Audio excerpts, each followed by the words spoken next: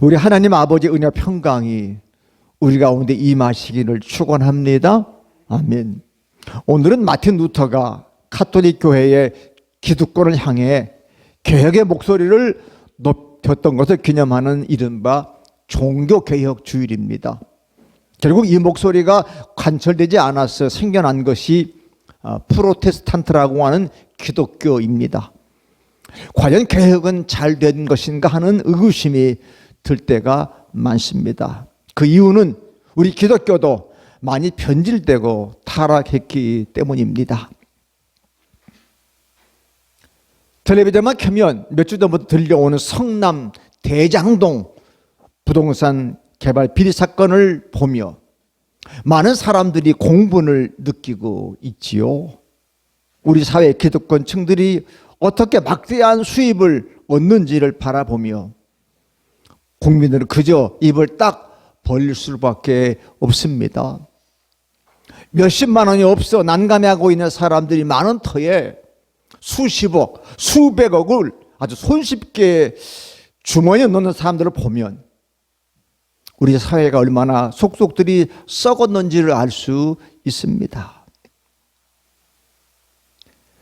성실하게 자기 일을 수행하면서 근근히 사는 사람들은 세상에서 벌어진 이 악한 일을 보며 허탈감을 느낄 수밖에 없습니다.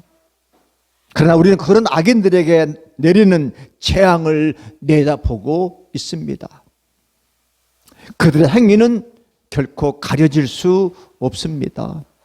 백일하에 드러나게 마련입니다. 인간의 눈은 속일 수 있을지 몰라도 하나님까지는 속일 수 없을 것입니다.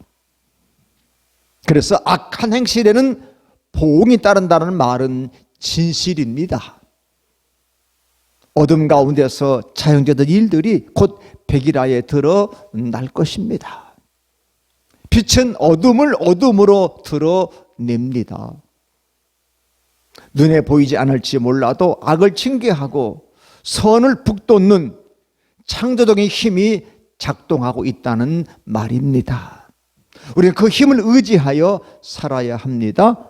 아멘. 그래서 우리 모두가 합력하여 선을 이루신 하나님, 아멘. 그 힘을 의지하며 사는 거야. 난 이 일을 잘 못하지. 하나님께서 분명히 합력해서 선을 이루어 주실 거야. 믿읍시다.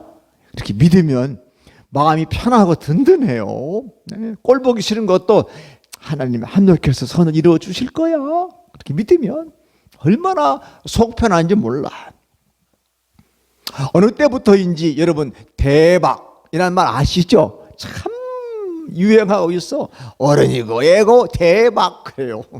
이게 놀랍다는 뜻의 감탄사로 사용되는 경우가 많지만 뭔가 예기치 않은 횡재를 바라는 마음 표현이기도 합니다. 야, 그 사람 대박 났대. 횡재 얻었다는 얘기야. 대박이 났다고. 크게 이제 성공하거나 돈 벌거나 뭐가 잘 되면 야 대박이다 지금 그럽니다.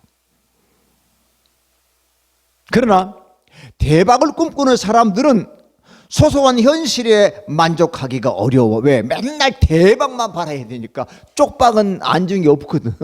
대박이 나야 된다 그런 말이에요. 왜 그럴까요? 자신의 결핍에만 마음을 쏟기 때문에. 그렇죠. 자꾸 자기의 현실이 만족이 안 되는 거예요. 왜 나는 맨날 쪽박만 날까? 저 사람은 대박이 나는데. 이렇게 되니까 현실이 자꾸 이제 짜증이 나는 거죠. 그래서 질투와 선망 사이에서 오락가락 하든지 아니면 누군가에 대한 원망 혹은 분노의 감정을 품고 살게 됩니다. 그래서 오늘날 우리 땅에 왜 묻지마 범죄가 많으냐? 자꾸 거기에 대한 질투, 분노, 원망. 저놈들 왜 이렇게 잘 사는 거야? 왜 이렇게 대박이 나는 거야? 왜 저렇게 큰 돈을 이렇게 비리 가운데 막 챙기는 거야? 화가 나죠. 그러니까 그냥 아무한테나 그냥 화를 분출하기 때문에 그렇다. 공고히 생각해 보면 그 마음을, 그 심정을 이해도 되죠? 나도 어떤 그런 마음이 들어. 나도 어떻게 해버릴 거냐? 못됐다 이런 마음이 든다 이 말이에요. 그래서 대박을 꿈꾸는 그리스도인이 있다면 그 사람에게 항상 기뻐하십시오. 범사에 감사하십시오 말이 귀에 들어갈까요? 맨날 목사님은 범사에 감사하라 항상 기뻐하는데 대박은 안 나가 맨날 쪽박만 차는데 그런 소리 들리지 않겠어요? 그래서 우리가 먹고 사는 문제에 집중하다 보면 어떤 사람이 돼야 하지? 라고 하는 근본적인 질문은 떠오르질 않아. 어떻게 하면 돈 벌고 좀 잘 살고 편하게 살아볼까? 자꾸 이런 마음만 들지 내가 어떤 사람이 되어야 될까? 이런 생각은 잘 안 든다는 얘기 솔직히 그죠? 그래서 사람다운 사람을 만나기 어려운 것이 바로 그 때문이에요. 우리 옛날에는 가난해도 아유 그 사람 참 진국이야 사람 타워 그랬잖아요. 지금은 그런 거 별로 생각 안 써요. 야, 저 사람 잘 산대 좋은 자동차 타고 다닌대 이번에 큰 집으로 이사 갔대 맨날 이런 얘기만 하지 않습니까? 그래서 우리의 삶을 돌아보게 돼요. 오늘 종교개혁 주일이니까 나를 돌아보는 거예요. 되고 싶은 나와 현실의 나의 분열 속에서 살아가는 거지요. 분명히 다 되고 싶은 나가 있는데 현실의 나는 왜 이렇지? 자꾸 서로 이렇게 갈등이 생기는 거지. 마음으로는 누구에게나 친절하고 유쾌한 사람이 되고 좀 통 크게 나누며 살고 싶지만 현실은 그렇지 못하지요. 삶은 점점 여유가 없어지고 염려와 근심이 확고하게 우리의 의식을 사로잡습니다. 연합의 기쁨을 나누어야 할 이웃들은 경쟁자처럼 여겨집니다.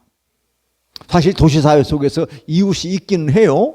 저도 부끄러워. 이 동네 많이 사는데 옆집에 이렇게 몇몇 사람들만 이렇게 눈으로 인사하지 특별히 이렇게 뭐 이웃처럼 이렇게 좀 지내지 못해서. 그래서 옆집에는 그렇게 감나무 있는 우리 사장님하고는 가끔 문자도 하고 목사님 건강하십니까 하고 뭐 이렇게 하고 그래서 그러나 조금 이웃의 정을 이렇게 좀 나누고 있기는 하지만 그러니까 이러한 경쟁자처럼 이웃을 여기면 우리 마음이 편안하게 안식하며 살 수가 없지요. 때문에 선을 행하는 의지가 있지만 그걸 실행하지 못했다고 아프게 고백했던 바울의 말은 참 정직하지요. 우리도 그렇잖아요. 마음은 좀 그렇게 하고 싶은데 몸이 안 따라줘. 그렇게 말하면 그 사람은 정직한 사람이에요. 그 바울은 그래서 내 속에 죄의 법이 나를 사로잡아가지고 그렇게 살게 하는 게 아닌가 바울은 고백했어요. 그러니까 그 죄성이 인적 일부가 돼가지고 스스로 떨쳐버리기가 어렵다. 어렵다. 왜 그럴까? 그래서 로마서 7장 24절에 이렇게 탄식했는데 바울의 탄식을 함께 같이 읽어봅시다. 시작. 오호라 나는 곤고한 사람이로다. 이 사망의 몸에서 누가 나를 건져내랴. 이렇게 좀 속으로는 잘 살고 싶은데 왜 내가 이렇게 살까? 아, 나는 곤고한 사람이야. 스스로 탄식했어. 스스로 무능을 솔직히 인정했어. 그랬더니 하나님의 은혜가 바울에게 임한 것이 아닐까. 그래서 다 같이 인정. 예, 자기의 못남을 인정하는 게 중요해. 인정하면 그때 하나님의 은혜가 우리에게 오더라고요. 중요한 거예요. 그래서 바울은 죄가 더한 곳에 은혜가 더욱 넘쳤다. 죄를 졌는데 오히려 하나의 은혜가 더 넘치더라. 왜? 죄 짓고 보니까 아 이거 잘못했네 깨달으면 은혜가 더 깊이 오더라 그런 말이에요. 우리는 죄를 떨쳐버릴 수 있는 힘이 없지만 하나님의 영이 우리 속에 머물고 그리스도 영이 우리를 살아남는 순간 상황은 달라지는 거거든요. 근데 바울은 본문자 1절에서 1절 다 같이 시작. 이제 그리스도 예수 안에 있는 자에게는 결코 정죄함이 없나니. 아멘. 이 정죄함이 없다는 말은 유죄 선고가 없다. 너 죄 있다 이렇게 유죄 선고를 받지 않는다는. 누구 안에 있으면? 그리스도 안에 있으면 너 죄인이다 이렇게 말하지 않는다는 거예요. 그리스도 안에 있으면. 그 이유를 2절에 설명하고 있는데 2절 이는 이 이유야. 시작. 이는 그리스도 예수 안에 있는 생명의 성령의 법이 죄와 사망에서 너를 해방하였습니다. 아멘. 봐요. 그 이유가 뭐냐? 우리가 잘난 게 아니라 예수님의 그 성령의 생명의 법이 우리를 죄로부터, 사망으로부터 어떻게 해방시켰다. 이전에 우리를 사로잡고 있던 죄와 사망의 법은 더 이상 힘을 발휘하지 못해. 영향을 끼치지 못한다는 말입니다. 발목을 더 이상 잡지 못한다는 말이에요. 인류에게 이보다 더 위대한 선언이 어디 있습니까? 인류가 신음하고 고통 속에 헤매는 이유가 다 죄와 죽음 때문이 아닌가요? 왜 우리가 코로나19를 무서워합니까? 코로나19로 죽을까봐가 아닙니까? 이제는 죽지 않는다는 거에 백신 접종 맞았기 때문에 죽지는 않을 거다. 그 대신 요즘에 75세 이상 이제 고위험군들만 한 번 더 접종을 맞자 그러잖아요. 지금 죽지 않는다. 그러니까 조금 이제 안심하면서, 심지어 정부는 10,000명까지 가도 뭐 이제는 다 지켜낼 수 있다, 뭐 이렇게 얘기할 정도니까. 왜 많은 사람들이 검찰과 법원을 무서워합니까?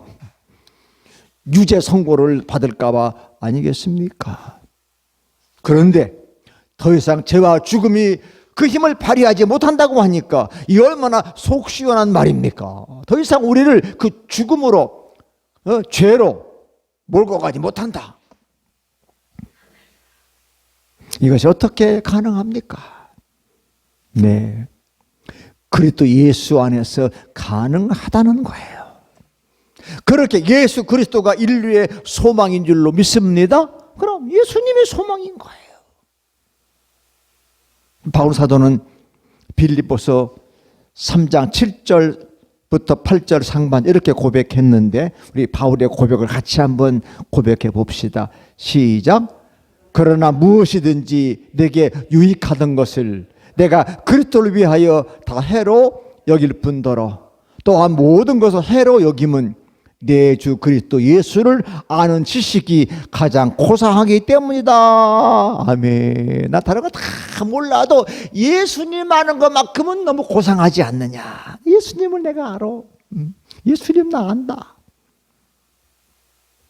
이것을 바울은 성령으로 마음에 받는 할례다. 마음에 예수님만 생각하면 기뻐. 예수님만 생각하면 그냥 편안해. 부자가 된 것 같아. 요즘 말로 대박 난 것 같아. 이것이 바로 마음으로 받는 할례라고 하는 거예요.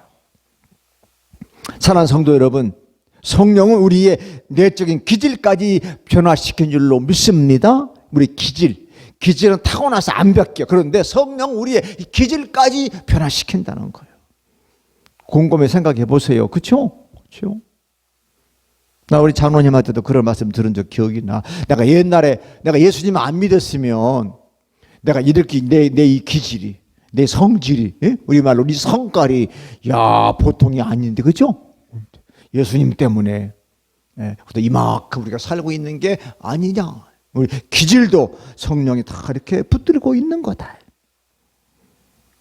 저도 그래. 저도 누구한테 지기 싫어하고 자존심 세고 체구가 작으니까 그냥 성격으로 이기려고 막 그러고 분도 막 급하고 그런데, 그래도 조금 목사라고 그냥 어쩌면 이렇게 죽이고 보니까 또 요만큼 사는 것 같아.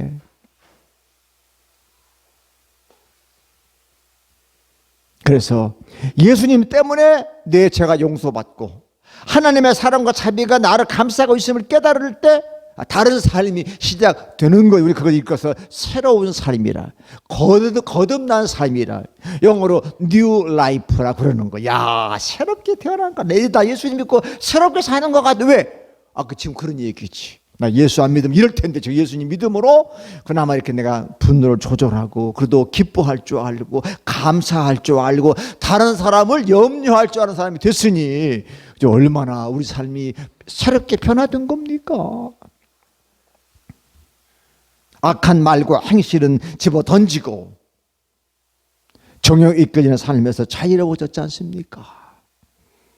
이런 변화를 적절하게 설명할 말이 없지만 성령은 하나님께 등 돌리고 살고 있는 사람은 하나님을 마주보고 산다, 그렇게 말할 것이 아닌가. 그러다 보니까 이 D.L. 무디 목사님의 그 말이 생각났어요. 한번 D.L. 무디는 초등학교 앞문으로 갔다가 옆문으로 나온 사람이야. 공부 많이 못한 사람인데 은혜 받고 성경을 읽다 보니까 너무 좋아.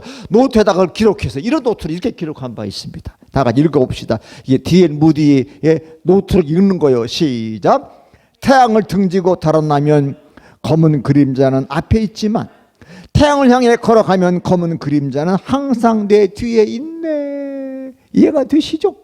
어느 날 보니까 내 태양을 바라보고 가니까 그러면 못된 검은 그림자 항상 뒤에 있더라는 거예요. 그래서 등을 돌리고 가니까 검은 그림자 항상 앞에 있더라. 아차, 있구나. 의의 태양인 하나님을 내가 바라보고 가면 검은 그림자 늘 내 뒤에 있구나. 나 하나님만 바라보고 가야지. 등을 돌리는 순간 검은 그림자가 앞에 있는 거야. 안 돼. 한시로 하나님께 등 돌리면 안 되겠구나. 노트에 적은 거예요. 쉽지만 얼마나 기가 막힌 깨달음입니까?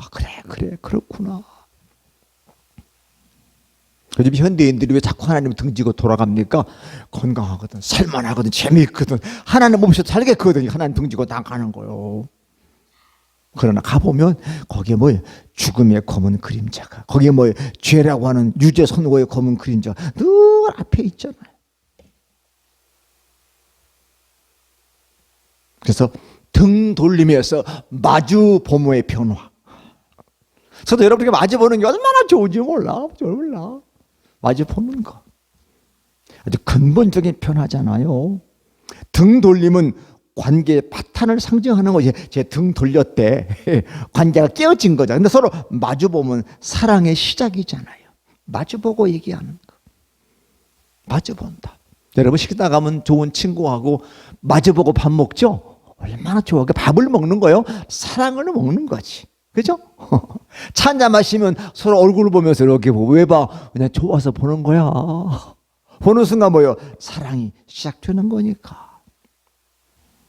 이전에는 어둠에 속한 사람이었지만 이제는 빛에 속한 사람이 됐습니다. 아멘. 이제는 죄의 종이었지, 지금은 의의 종이 된 거예요. 이제 예전에는 복음 회방자여 박해자여 폭행자였으나 지금은 믿음과 사랑을 나누는 하나님의 사람들이 된 줄로 믿습니다. 하나님의 사람. 요즘 영어로 God people, 이게 하나님의 사람이라는 얘기. 하나님의 사람이야. 자, 3절 상반절에 보니까 육신이 율법으로 말미암아, 율법 육신으로 말미암아 연약하여 할 수 없는 그것을 하나님은 하신다. 네, 하신다. 하나님은 하셔. 여기서 육신을 말하는 이 헬라어 사르코스는 단순한 살덩이, 고깃덩이를 말하는 게 아니라 내 중심에 사잡혀 있는 인간 전체의 연약함을 가리키는 거예요. 그 예수님도 내가 마음은 원이지만 뭐가 약하다 그러죠? 육신이 약하구나. 근데 이 고깃덩이가 아니고 우리의 의지가, 우리 전체가 연약하잖아. 그죠? 연약해. 그리고 바이러스를 왜 두려워? 바이러스는 왜 안 보이는데 들어오면 꼼짝 못해. 이 인간이 이렇게 연약한 거예요. 연약하다.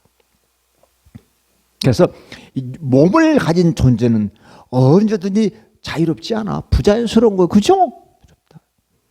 그래서 내일부터 코로나 위드 코로나 가도 우리 몸은 자유롭지 못해. 늘 마스크 해야 되고, 갔다 오시면 손 씻어야 되고 하셔야 돼. 위드 코로나라고 마음껏 막 그러면 안 돼.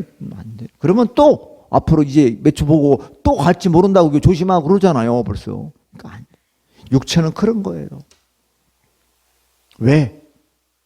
각종 욕구와 아픔에 시달리기 때문에 그렇습니다. 그거 적절하게 충족되지 않을 때 피해감에 사로잡히기도 하고, 그것을 다 누리고 사는 사람들에 대한 적대감도 품게 되지요. 그렇죠? 그리고 우리가 괜히 금수저 미워하잖아. 쟤들은 왜 저렇게 다 누리고 사는 거야? 나는 못 누리고 사는데 적대감을 갖게 되잖아요. 그래서 옛날 고행자 스스로 몸을 괴롭게 했던 것은 그런 욕구에 내 몸부림을 이겨보려고 하는 몸부림이야. 그래서 옛날 수도사들은 스스로 고행길을 갔잖아요. 이겨보려고. 그래서 40일 금식 기도도 하고, 이딴 거 내가 밥 먹는 것 때문에 내가 내 몸이 거기 붙들리면 안 되지. 이겨보려고. 맨발로 막 가시밭길도 걸어가 보면서 막. 근데 그렇다고 해서 영적인 삶을 살았다 말할 수 없는 거예요.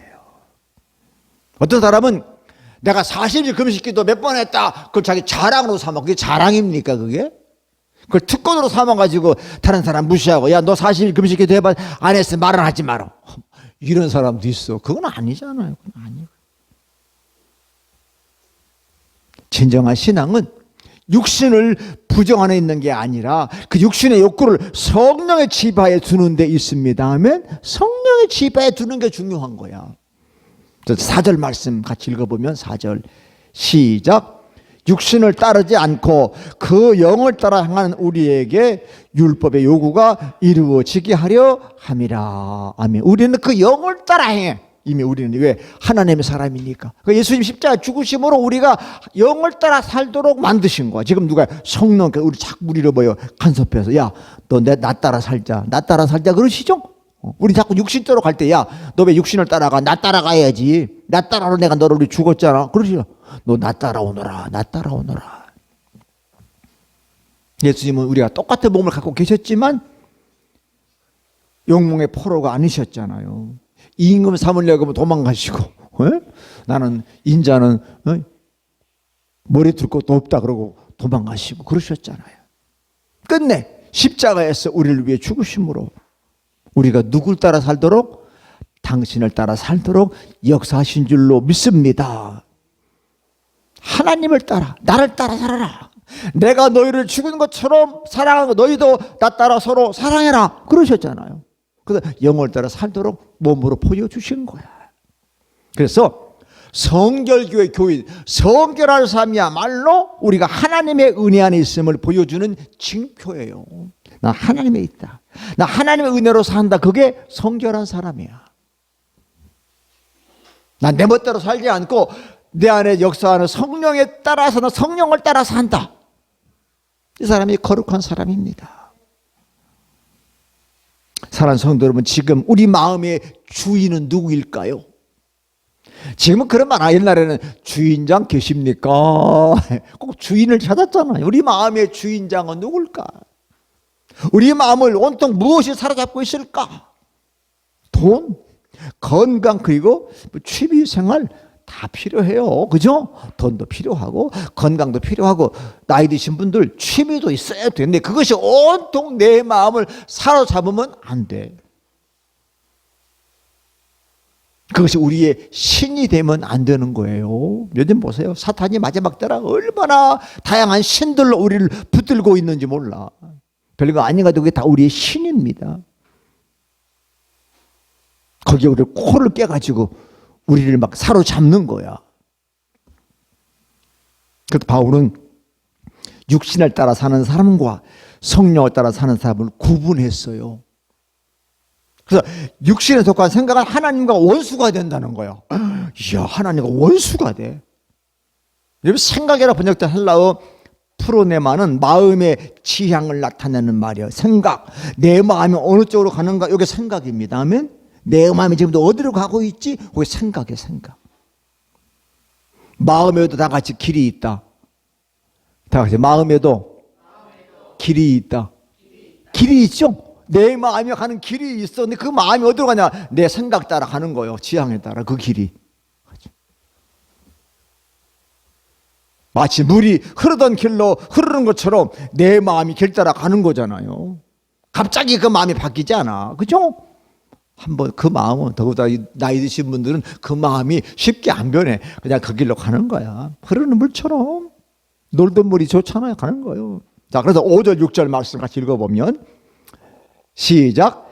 육신을 따르는 자는 육신의 일을, 영을 따르는 자는 영의 일을 생각하나니 육신의 생각은 사망이요 영의 생각은 생명과 평안이니라. 아멘. 얼마나 명쾌하게 분명하게 사도 바울이 두 개를 딱 비교하면서, 육신에 속한 생각한 길은요 늘 자기 이익을 최우선으로 삼는 길이야.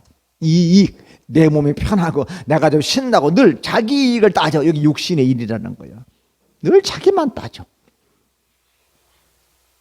그 길은 하나님을 떠난 길이라는 거예요. 그래서 8절 말씀처럼 육신에 있는 자들은 하나님을 기쁘시게 할 수 없다. 너 그렇게 살면서 하나님 기쁘시게 한다고? 안 되는 거지. 쉽게 얘기하면 엄마의 뜻을 반대로 가면서 나 엄마 기쁘게 하고 있어. 그게 됩니까? 그 소리지. 나 기쁘게 하려 엄마가 원하는데 또 살아야 엄마 기쁘게 하는 거 아니에요? 그죠? 이처럼 생각의 방향이 행동의 차이를 만들어내는 거예요. 그죠? 나는 마음은 안 그러는데 내 몸이 그러는데 그건 거짓말이야. 마음 가는 대로 몸도 가는 거거든요. 그러니까 마음의 방향이, 생각의 방향이 행동을 결정 지어주는 겁니다. 그래서 고린도후서 10장 5절이 이를 잘 설명해 주는데 참 귀한 말씀 같이 읽어봅니다. 시작. 하나님을 아는 것을 대적하여 높아진 것을 다 무너뜨리고 모든 생각을 사로잡아 그리스도에게 복종하게 하니. 하나님 싫어하는 거 다 무너뜨려 집어 던지고 내 생각을 좀 꽁꽁꽁 묶어가지고 누구한테 가? 주님께 복종시켜자. 아멘. 그래야 된다. 내 생각, 내 마음의 방향이 그리스도께로 가 있어. 복종해야지. 그 다른 거 다 좀 집어 던져버리고. 근데 다른 거 붙잡고 있으면 주님께 복종하게 돼야 안 돼요? 안 돼. 그래서 생각이 많으면 복종이 안 되는 거예요. 그래서 우리가 늙을수록 어떻게 생각을 좀 단순화시키는 게 좋아. 그죠? 저도 벌써 나이도 얼마 안 먹었는데 요즘 복잡하면 자꾸 뭘 잊어버려. 어디다 뒀는데 기억이 하나도 안 나. 그래서 이거 안 되겠다. 잊어버려. 자꾸 잊어버려요. 잊어버려. 곰곰이 생각해보면 내가 너무 복잡하구나. 생각을 좀 주님께 다 사로잡아만 주님 생각하면 되는데. 그러므로 성령께 속한 생각은 뭐라고요? 생명과 평안입니다. 우리가 건강하고 생명, 평안하다면 누가 속한 거예요? 성령께 속해 있는. 근데 아직 자꾸 불안하고 걱정스럽고 초조한 사람은 성령께 안 속한 사람이야. 왜? 불안하니까. 성령께 속한 사람은 평안, 평화, 편안한데. 그래서 이 생명을 뜻하는 헬라어 쪼웨에는 모든 생명이 들어있는 활력을 뜻하는 말이 있지만 성경은 하나님께 속한 존재 충만함을 얘기하기 바로 쪼웨라고 하는 말입니다. 성령은 우리 속에 생기 충만함을 제공해. 그래서 성령이 있는 사람은 늘 생기발랄해. 할렐루야. 그러니까 그리스도인들이 왜 생기발랄하냐? 성령이 그 안에서 꿈틀대고 역사하니까. 그러니까 생기발랄한 거예요. 선지자 예레미야는 하나님을 믿고 의지하는 사람이 일컬어서 이렇게 멋있게 표현을 했는데 예레미야 17장 8절에서 한번 멋진 축복을 받아봅시다. 시작. 그는 물가에 심어진 나무가 그 뿌리를 강변에 뻗치고 더위가 올지라도 두려워하지 아니하며 그 잎이 청청하며 가뭄해도 걱정이 없고 결실이 그치지 아니함 같으리라. 아멘. 다 같이 그가 나다. 아멘. 아멘. 그가 누구예요? 나는 하나님의 사람은 뿌리가 그냥 강변에 뻗쳤어. 그러니까 가뭄이 와도 걱정이 없어. 왜? 뿌리가 강변에 뻗쳤으니까. 뻗쳤어. 잎이 청청해. 그래서 결실이 그치지 아니해. 얼마나 좋아. 여러분 결실은 꼭 눈에 보이는 것만 결실이 아니야.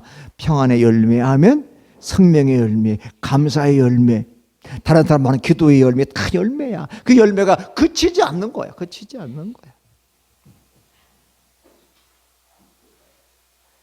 성령은 마르지 않는 샘이 되어 우리를 고갈되지 않게 해주는 줄로 믿습니다. 그러니까 내가 혹시 고갈되어 있으면 성령이 떠나셨나 보다 이렇게 생각을 해야 돼. 요즘 우리가 육체적으로 말하면 뭐죠? 물을 많이 먹으래죠. 물을 자꾸 먹어야 우리 몸이 촉촉해진대잖아. 그래서 지난주 말씀 생수, 성령이 바로 우리의 삶을 촉촉하게 해주는 그게 생수. 성령이 계시면 우리 삶이 고갈되지 않아. 그러니까 노인 되면 자꾸 입이 마르잖아, 그죠? 그러니까 물을 자꾸 먹는데 물을 못 먹어. 근데 자꾸 물을 많이 마셔라. 그리고 몸이 촉촉해지면 건강에 피부에 다 좋대. 배뇨, 화장실 줄이도 잘하고. 어떤 사람 그거 귀찮다고 그거 가기 귀찮다고 물 안 먹는데 그러면 안 돼. 그거 가기 귀찮으면 갈 때 한 군데밖에 없어, 그죠? 물 자주 드시는 거예요. 그래서 우리에게 평안의 열매, 제일 좋은 열매죠. 인생 많이 사서 어린 부부로 할아버지 언제가 제일 행복하셨어요? 여쭤보고 내 마음 편안할 때가 제일 행복했어. 그러죠? 내 새끼들이 나 안 불편하게 하고 내 새끼들 잘 살 때 그때 나가서 행복하더라. 그죠? 평화, 헬라어로 에이레네라고 하는 말인데, 이 육신의 생각에는 불화와 갈등을 낳지만 바로 성령의 생각 우리에게 평안을 준다. 평안. 그래서 내 마음이 어디에든 늘 편안하다. 그래 찬송처럼 편안하다, 편안하다. 주변을 둘러보세요. 나 때문에 다른 사람에게 생명과 평안의 기운이 스며들고 있다면 하나님 영광 받으신 줄로 믿습니다. 근데 나 때문에 주변이 불편하다 그러면 하나님 기쁘지 않으시잖아요. 그러니까 나 때문에 다른 사람에게 생명도 주고, 나 때문에 다른 사람이 생기가 막 나고 평안하다. 난 자네만 만나면 기분이 좋아. 마음이 편안해지는 것 같아서 늘 자네가 그리워. 얼마나 큰 축복입니까? 주는 거 없는데도 그 사람만 보면 그냥 기분이 좋대. 마음이 편안하대. 그런 사람 됩시다. 저희 주위에도 그런 사람 분이 몇 분 계셔. 늘 저 보고 싶대. 만나고 싶대. 찾아오고 싶대. 그러면 기분이 힘을 얻어가고 좋대. 나는 그러지도 않은 것 같은데. 그렇다는 거예요. 얼마나 좋습니까? 자, 이제 마지막 구절에 이르렀는데, 자, 9절. 마지막 구절. 시작. 만일 너희 속에 하나님의 영이 거하시면 너희가 육신에 있지 아니하고 영에 있나니 누구든지 그리스도의 영이 없으면 그리스도의 사람이 아니라. 아까 우리가 이번 주에 기억할 말씀, 누구든지 그리스도의 영이 없으면 그리스도의 사람이 아니다. 그렇구나. 오늘 설교 제목이 그리스도의 사람. 요즘 말 영어로 크리스천 그거죠. 그리스도인. 근데 오늘 본문은 그리스도의 사람이라 그렇게 말했어. 영어 성경은 그리스도께 속한 사람이다. 소속을 말. 소속. 너 소속이 어디야? 나는 그리스도입니다. 소속을 말하는 거예요. 얼마나 좋아. 그리스도께 속한 사람. 그리스도의 사람이야. 나는 자신 있게. 나는. 근데 한 가지 조건이 있어. 뭐야? 그리스도의 영이 있어야 그리스도의 사람이라는 거예요. 요즘 어디 가든지 들어가려면 QR코드 찍으세요 그러죠? 딱 되면 2차 접종 완료가 된 지 얼마 됐습니다. 제가 떠들더라고. 야, 지금 우리 신산정보가 다 들어있어. 딱 나와. 접종 완료자입니다. 완료한 지도 벌써 몇 달 지났습니다. 야, 그러면 식당 가서 좀 대접을 받잖아. 오세요.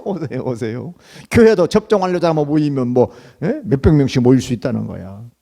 근데 밥 먹는 거 조금 삼가달라. 그러고 하고 있어. 그러니까 그리스도의 사람. 나는 그리스도의 사람이다. 뭐라고 평가하겠어요? 신분증 있습니까? 물론 할 수 있지 은곡교 교회증 만들어 주는데 그것이 아니고 얼마나 그 삶이 생명과 평안으로 살고 있느냐. 그리스도의 사람인 거야. 괜히 불안하고 다른 사람에게 죽음을 주고 다른 사람에게 폐를 끼치면 그 사람은 성령의 사람, 그리스도 사람이 할 수가 없다. 그러니까 그리스도와 접촉된 사람이 누구냐? 내 뜻을 이루려고 애를 쓰는 사람이 아니라 하나님의 뜻을 이루어 드리려고 온갖 마음을 바치는 사람. 저도 지금 곰곰이 이제 10월달 마감하고 얼마 전에 12월 올해 이렇게 묵상해 보면서 내가 은곡교에 와서 산 지가 벌써 세월이 꽤 됐는데 우리 강 장로님 아시잖아. 우리 처음 만났어. 늘 장로님 참 고마워. 우리 김 권사님, 우리 강 집사님 생각해 보는 거. 내가 그래도 여러분 저 보셨잖아. 제가 은곡교가 그래도 어쨌든지 좀 교회답게 해보려고 제가 몸부림친 거 저 아시잖아. 저는 누구처럼 안식년, 안식월 그런 거 한 번도 해본 적 없어. 30년 가깝게 은곡교회에서 오로지 은곡교회를 위해 여러분을 위해서 주님을 위해서 몸 바쳤어. 또 우리가 작지만 더 작은 사람들 또 작은 단체들 어쨌든 우리가 함께 외면하고 도우려고 했었잖아. 예수님 이 땅에 계실 때 힘드셨지만 고통받는 사람들, 귀신 들린 사람들, 소외되는 사람들 마치 자기 아픔인 양 받아들이시고 그들을 고쳐주시고 친구가 되어주셨잖아. 그래서 너희들은 집도 있지 난 집도 없다 그러셨잖아. 인자는 머리 들 곳도 없다. 그래서 이사야가 말한 그대로 이사야 53장 4절 말씀인데 같이 한번 읽어봅니다. 시작. 그는 실로 우리가 바다의 고통을 대신 받고 우리가 겪을 슬픔을 대신 겪었다. 아멘. 주님이 대신 겪으셨어. 내가 성도들을 위해서 때로는 슬픔, 고통을 대신 받아본 적도 없지만 마음으로도 같이 한다는 자체가 그 자랑할 것도 아니잖아. 주님은 직접 받으셨는데 십자가에서. 그렇죠? 내가 형제를 위해서 혹은 새끼들 때문에 부모님 때문에 고통받으면 그게 뭐 이렇게 대수입니까? 당연히 받아야 할 몫이죠. 근데 우리는 그걸 그냥 자세하면서 힘들어하면서 그럴 필요가 없죠. 주님은 나를 위해서 십자가에 그 아픔을 다 견디셨는데. 그래서 그런 그리스도의 영, 그런 마음이 없으면 누가 아니라고요? 다 같이 그리스도 사람이 아니다. 그리스도에 속한 사람이 아니래. 어우 섭섭해. 섭섭하기 전에 내가 그리스도의 사람이 되려면 그런 마음을 가져야 되는구나. 그런 마음 하나 없으면 참 가련한 사람이죠. 평생 교회 다녔는데 그리스도의 마음이 하나도 내 마음이 없어. 얼마나 불쌍합니까? 불쌍합니까? 그 마음은 가져야지. 그래도 그렇죠? 100% 그렇게는 못 살아도 그 마음은 갖고 삽시다 하면 그 마음 갖고 살아야지. 우리가 마음이 있다고 마음 100%다 못하지만 그 마음은 가져야지. 그 마음이 있어야 뭐예요? 그리스도의 사람이라는 거. 최소한 그 마음은 가져야 그리스도의 사람이 된다. 세상이 점점 혼탁해지고 있습니다. 가난하고 힘이 없다고 주변으로 내몰린 사람들이 살 권리가 점점 박탈되고 있어요. 그죠? 특히 작은 교회 목사님들. 소상공인도 아니고 자영업자도 아니야. 어디 가서 뭐 보상받을 것도 없잖아. 그런데 교회는 생업이 아닌 것처럼 여겨. 그러나 사실 따지고 뭐 작은 교회 목사님들도 생업이지. 그거 없으면 어떻게 먹고 삽니까? 근데 나라는 그건 생업이 아니라는 거야. 소상공인 자영업자는 그건 생업이라 지원해 주는데 교회 목사는 안 지원해 주잖아. 근데 옆에 있는 서초구는 지난달인가 목사님들에게 서초구에서 100만 원씩 지원했대. 그런 거 없어 아직은. 그래서 이런 사람들이 그죠? 끙끙 앓고 있어. 어떻게 할 수가 없냐. 하나님께 끙끙 앓는 거지 뭐. 제가 목사인데. 그분들도 먹고 살아야 되는데 그죠? 전화해 보면 하나님의 은혜로 살아요 그렇지만 울어. 하나님의 은혜로 살고 있어요 목사님. 그런데 실제로 보면 울고 있는 거라. 그걸 겉으로 드러내면 불경한 것 같으니까 말을 못하지만 목사님 고맙습니다 전화 주셔서. 그 내가 언제 한번 우리 비싼 거 못 먹고 우리가 싼 밥이나 한번 먹자. 그래요 목사님. 그 말만 가지고도 밥 먹는 못 먹어서 몇 달 지나갔지만 그 말 한마디가 뭐예요? 마음에 힘이 되는 거야. 옆에 선배 목사님이 당신 몸도 아픈데 나를 걱정해 줬다. 그래서 일부러 전화해 주셨다. 아유 고맙다. 그래서 우리는 이 고통을 치유하는 치유자로 부름받은 줄로 믿습니다. 아멘. 그래서 저는 헨리 나우의 말에 다 같이 상처 입은 치유자 참 좋아해. 내가 치유하는 나도 상처를 받았어. 보세요. 의사도 다 의사도 암으로 죽는 사람이 있죠. 그딴 소리야. 나는 목사로 치유자로 받았는데 나도 상처를 입었어. 나도 여러분 치유하는 목사이지만 나도 상처 입은 연약한 사람이구나. 그죠? 그러게 우리 모두 그리스도의 영으로 치유받아야 하는 줄로 믿습니다. 이제 내일부터 11월 1일이야. 이제 함께하는 코로나로 간다고 합니다. 교회도 점차 나아질 것이고 우리도 함께 마주보고 교제할 날이 머지 않았어요. 벌써 제 아내는 벌써부터 밥해가 여러분 대답하고 싶어가지고 밥해서 같이 국 끓여 먹으면 좋겠다. 우리 강장로님 밥 좋아하시는데 같이 밥 먹어야 해서 아직은 조금 기다리라 그러는데 당장이라도 좀 밥해서 따끈한 국 끓여서 같이 나누고 싶어. 그런 지가 벌써 몇 년 됐잖아요. 한번 하고 싶어. 곧 올 줄로 믿습니다. 올 거예요. 이제 다시 좀 본질로부터 서로 배려합시다. 용기 줍시다. 못 만나면 문자라도 보내세요. 장로님, 집사님, 권사님 힘내세요. 제가 위에 기도하고 있습니다. 하고 있지만 사실 문자도 보내면 더 마음에 그렇구나. 더 마음에 용기가 곱하기 100이 들 거 아니겠습니까? 그래서 그래야 다 같이 그리스도께 속한 사람이 되는 거다. 네, 작은 것부터 하면 내가 그리스도께 속한 사람이야.